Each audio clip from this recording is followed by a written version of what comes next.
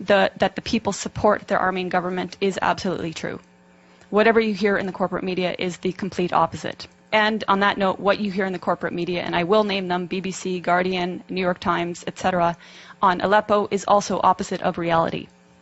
Oh man, somebody find Gary Johnson. We're about to get real and talk about Aleppo.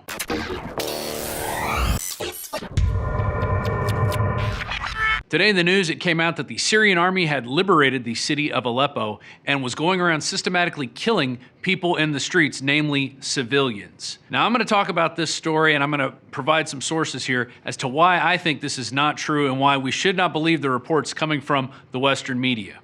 Now, on December 9th, just a few days ago, independent Canadian journalist Eva Bartlett gave a 20-minute press conference as to why we should not believe the fake news coming from the Western media.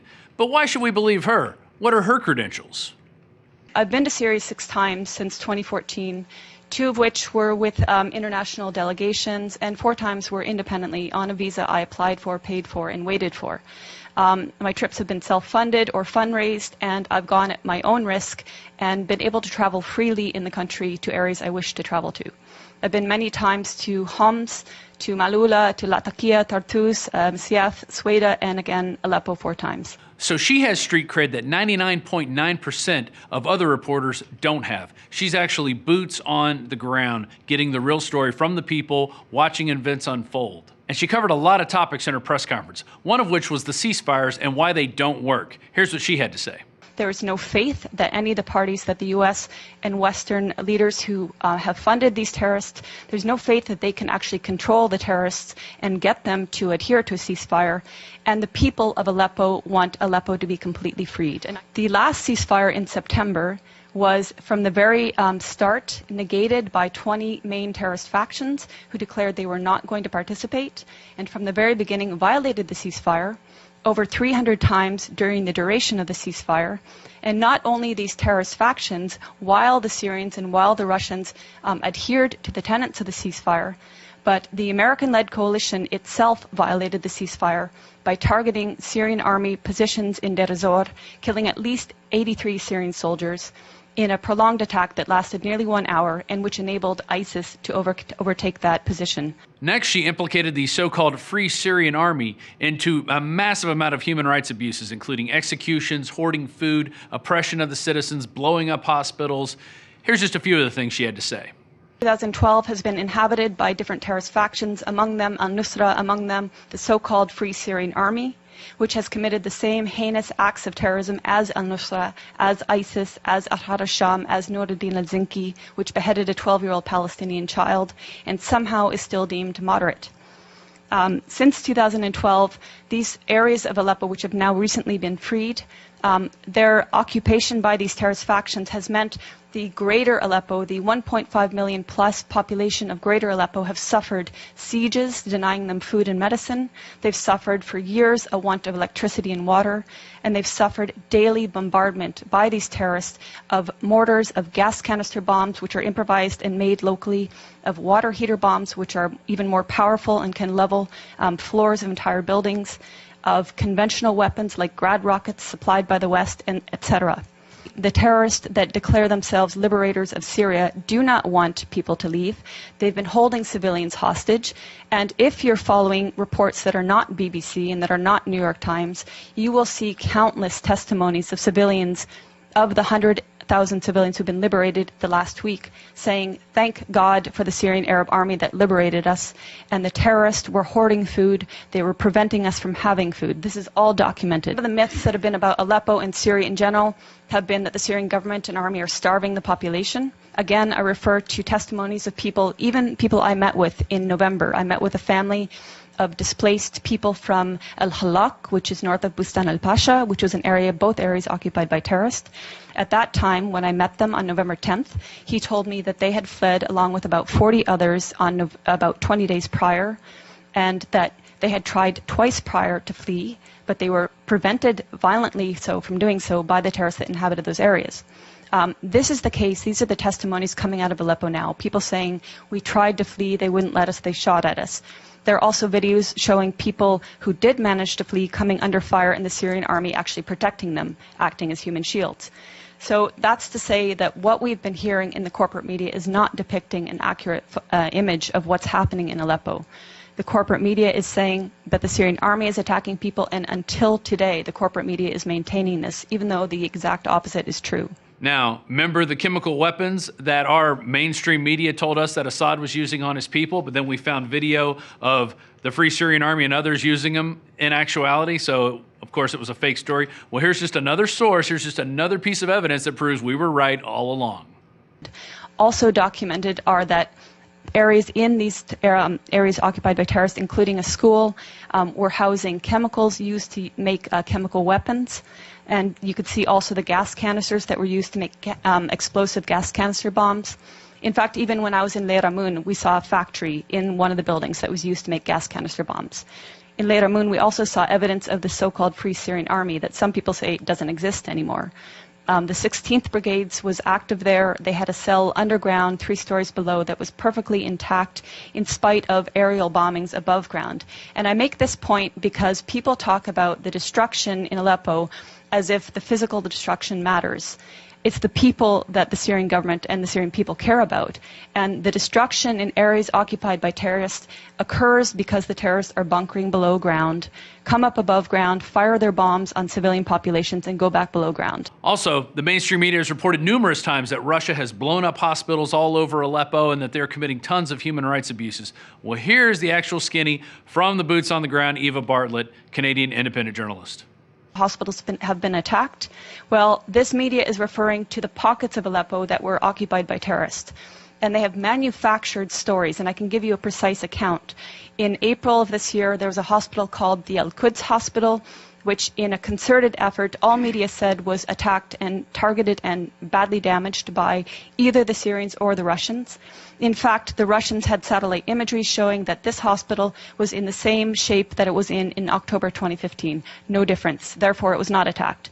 Months later, The Guardian, which is a prominent British newspaper, actually said the Al-Quds Hospital that it had alleged months prior to be attacked and destroyed was treating victims of so-called chemical weapons attacks.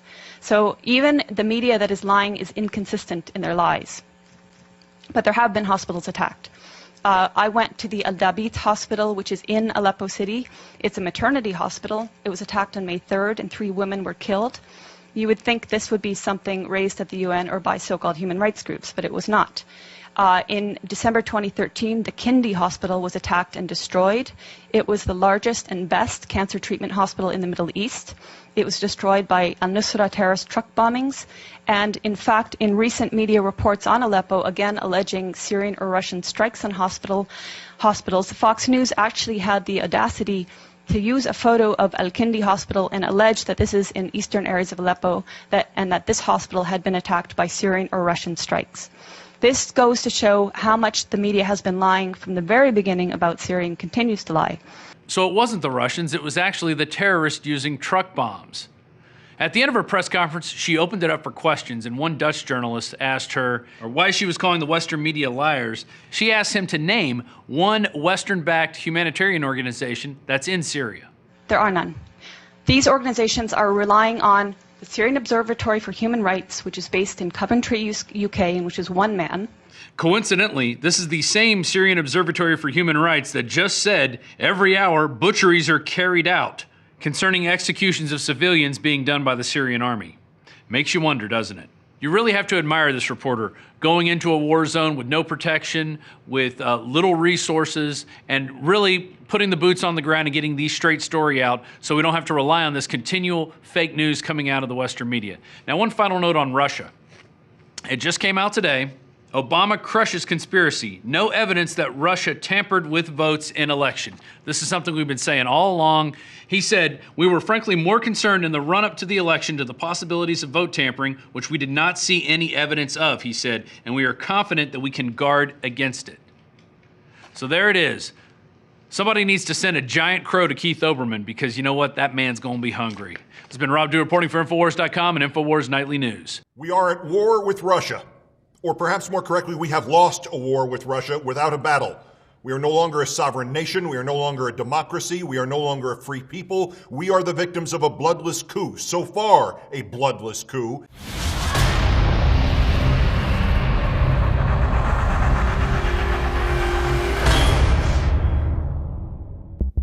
3 years ago, the Congress in the National Defense Authorization Act repealed the law that had been on the books for decades, barring the CIA and other agencies from engaging in domestic propaganda and disinformation.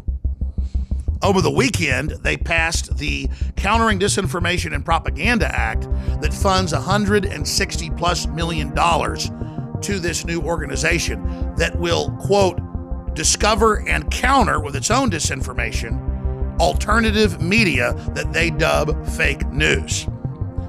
At the very same time, we see mainstream media claiming that Trump, myself, Tucker Carlson, you name it, are Russian agents, and that the American people really wanted Hillary Clinton, but the Russians somehow hacked in, and that's why Trump won. Yes, we've gotten Trump elected, but they're openly trying to overthrow that. Now more than ever, Infowars needs your prayers and your support, and I need you to take the articles and the videos that are on the site and realize you're the reason we're having such an effect. You're the power of Infowars. Get those articles, get those videos, get those special reports out to everyone you know. As we approach Christmas, I'm not even supposed to say that word now, our country's under such incredible thought police tyranny. It's important to be thankful, and I am extremely thankful to all of you that have prayed for us, that have spread the word about the broadcast, that have supported us, that have defended us, and that have financially supported us. We go out and search for the very best products, and we also develop amazing products and then bring them to you at very competitive prices. So when we have a sale, it really is a sale. That's why this week through the 17th, we can guarantee you'll get delivery before Christmas. Again, if you order by this Friday, the 17th, and you will get store-wide free shipping at InfoWarsStore.com. And on top of that, some of the biggest discounts of the year. 30% off Living Defense Parasite Cleanse. 50% off colloidal silver bullet, and free shipping. That is just an incredible deal. Brain Force Plus, now with 20% more in each bottle and 30% off. $19.95, can't beat that deal. Winter Sun, Vitamin D3, 25% off. Survival Shield, X2, Nascent Iodine, again, an amazing 30% off. BioTrue Selenium, 30% off, and that's just some of the specials. Check them out today at InfoWarsStore.com or InfoWarsLife.com, or call toll free. The great crew will answer your questions, tell you about some of the other specials, and take your order if you'd like. 888-253-3139. And finally, from myself, Alex Jones, and the rest of the Infowars crew and my family, I want to wish all of you a blessed and Merry Christmas.